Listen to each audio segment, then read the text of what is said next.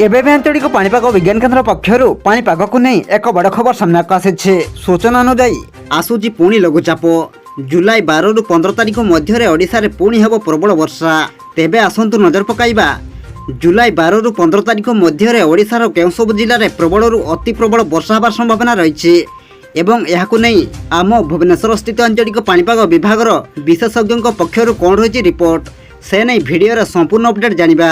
किंतु ता पूर्वरु भिडियो को गोटे लाइक करंतु एवं भिडियोटी को आपण मानक सांगसाथी मानकु बहु मात्रा रे शेयर करंतु।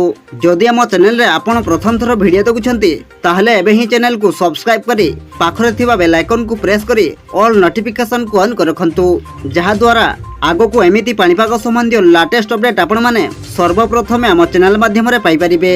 पाणीपाग विभाग पक्षरु प्रकाशित रिपोर्ट अनुसार गोटे लघुचापर दुर्दशा सरीनी आसुची आउ गोटे लघुचाप। विभिन्न पाणीपाग मॉडल रो आकलन अनुसार जुलाई 12 रु 15 तारिख मध्य ओडिशा रे प्रबल वर्षा हेबो। बंगोपसागर रे आउ एक लघुचाप संभावना रही।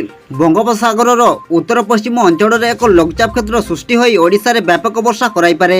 जुलाई 14 तारिख रे सर्वाधिक वर्षा हेबा आशंका रही। विशेषकर ओडिशार उत्तर और उपकूल जिला गुड़िक अतिमात्रा रे प्रभावित हो पारती। जदि लघुचाप शक्तिशाली हुए तेबे उपकूल उत्तर समेत दक्षिण ओडिशा रे भी अति प्रबल वर्षा हो पारे। तेबे एने पाणीपाग विभाग पक्षरु एजाए सतर्क करा जाई नथिले मध्य विभिन्न मॉडल रो आकलन एही बड़ी संकेत दउछि।